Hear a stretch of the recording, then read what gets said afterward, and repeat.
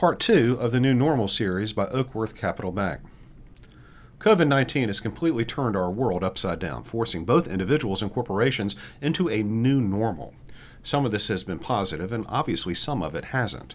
Arguably, one positive aspect is the societal reset on the concepts of necessity and efficiency. For instance, many individuals have probably realized they don't need to eat out as much as they had been. Cooking at home can be tasty and far more cost-effective. Further, maybe they realize the expensive gym truly is a luxury, as they have enjoyed walking, running, and exercising outside. Finally, many corporations have likely come to a startling realization, one that could drastically shift the norms of work. Maybe, just perhaps, they can be just as productive and efficient with a large portion of their workers working from home. Clearly, this was already an established trend in corporate America, as younger workers have demanded greater flexibility in both their work environments and work hours. So this isn't anything new. It is simply going to accelerate as managers, particularly those from older generations, come to the same conclusion. The ability and flexibility to work remotely is vitally important to employees now, and the data supports this. Studies show over half of workers would prefer a so-called no-name employer with remote working capabilities than a well-known company that doesn't provide them. While the impacts of the pandemic will be widespread throughout society, the U.S. workforce and work environment will undergo substantial transformation as corporate America realizes the following three things. First one, employers will realize more jobs can be remote than they had previously considered. The second, this will cause demand for physical office space to likely decrease. And the third, additionally, more employees will demand the ability to work remotely. The first point is pretty straightforward. Jobs that obviously could be done remotely were already shifting in that direction. The seismic shift that we will see in the labor market moving forward is in jobs employers previously did not think could be remote. There's an old expression, necessity is the mother of invention. When the pandemic induced the need to do so, employers have found ways to make things work. Whether it meant shifting employees' roles, adding new technologies, and buying more things like laptops and webcams, companies have found a way to keep operating despite the dire economic circumstances. And some of these cases, as is the case with many of our best inventions, we simply stumbled upon better, more efficient, and more worker-friendly ways of doing things. Usually, creating one efficiency has a domino effect, leading to more. Companies that may have resisted remote work for years were forced to change their mind in a matter of weeks. For those that have had success, the logical next step is to continue the remote working environment. This opens doors for a new business environment. Companies can hire workers across the country, which opens up a wider pool of possible candidates and makes traditional office work environments increasingly obsolete. The focus will be on the worker's skill set as opposed to their physical location.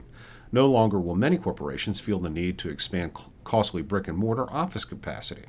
Why would they do so when their workers can do the same work in the comfort of their own home? This means reduced costs for new buildings, lower electricity bills, reduced general office expenditures, and even fewer things like workers' compensation claims, etc. All of this reduces overhead, which should increase the bottom line. Now that doesn't sound so bad, does it? At first blush, this might sound like the demand for commercial real estate would dry up. However, developers will likely have plenty of work to do repurposing existing properties and reconfiguring traditional office spaces. Essentially, the focus will be on making the economy's current inventory of office space more practical in the new normal than it will be in building out additional capacity. The third main point has several takeaways. Employees will now demand greater remote work capabilities and will have the upper hand in negotiating. It's simple supply and demand, really. Remote work capabilities have completely blown open the door on what job candidates can get. Someone in Dallas can apply for a job opening in Omaha, Nebraska, and someone on the beach in California can work for a company in Birmingham, Alabama. The opportunities are endless, as both employers and employees will no longer be constrained by geography or physical location. More options are almost always better than less, and that is true for both parties in this case. Employees will have greater choice in potential employers, and employers will have a greater pool of candidates from which to choose. All great things, right? That is the beauty of a free market, and that is really what remote technology does. It allows the free flow of talent to the best employees without being inhibited by where the employee actually is. In this regard, human talent is just like capital. All this sounds great, and really it is. It'd be naive to think that there are no downsides though. There is something to be said for in-person collaboration.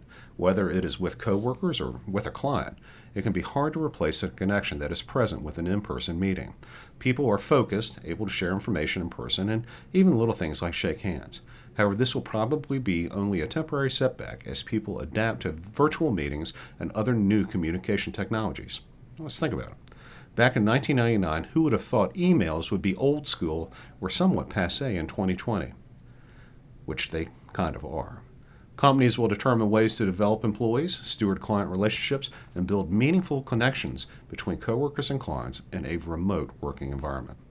As always, there will be people who say this won't work, and they will resist new working environments and technologies. These are the same people who downplayed the telephone, the radio, television, and the internet.